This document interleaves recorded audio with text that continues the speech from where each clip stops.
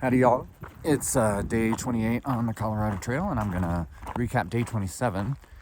I think I already mentioned that there were about 8 of us that kind of all started the trail around 10 o'clock.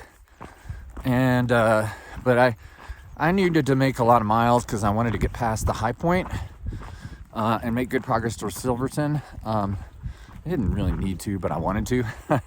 So I kind of ended up pushing a pretty hard pace for almost the whole day. So we were through trees, and because if you don't do that, basically, you get to about mile 10, and that's where your best camping option is, because otherwise you're gonna be camping exposed unless you go at least like 18 miles, which is kind of what I wanted to do, and camp on the other side of the high point. So yeah, so we were in and out of some trees, but mostly above tree line. Really beautiful, big flat plain kind of things. I mean, although there were still a lot of hills, there was a lot of climbing, almost 4,000 feet of climbing yesterday. And I did 18 to 19 miles. Don't remember exactly how much it was. So yeah, once we got past that point of 10 miles, there also wasn't a lot of water, so I had to carry a fair amount of water.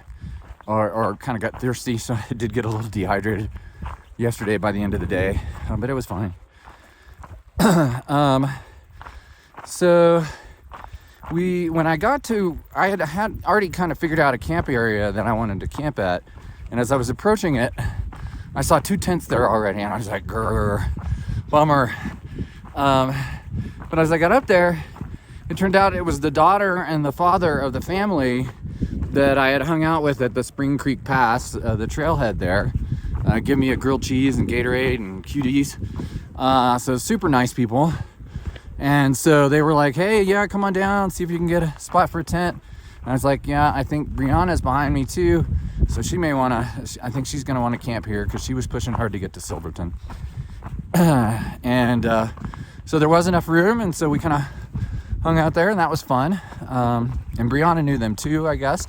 Not quite sure how, but that was cool. Let's see. What else? Oh, we saw 2 moose. So we were kind of up. We were basically traversing this valley for most of the way.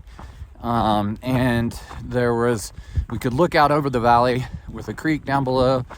And so Brianna actually spotted both the moose. There was a bull moose really far away. It was hard to see much detail at all, but you could see kind of the white of his antlers, rack, what is it? I'm not sure what it is for a moose.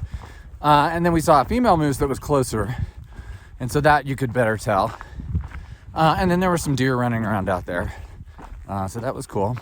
And I'll go ahead and include this, and we got to hear elk bugling.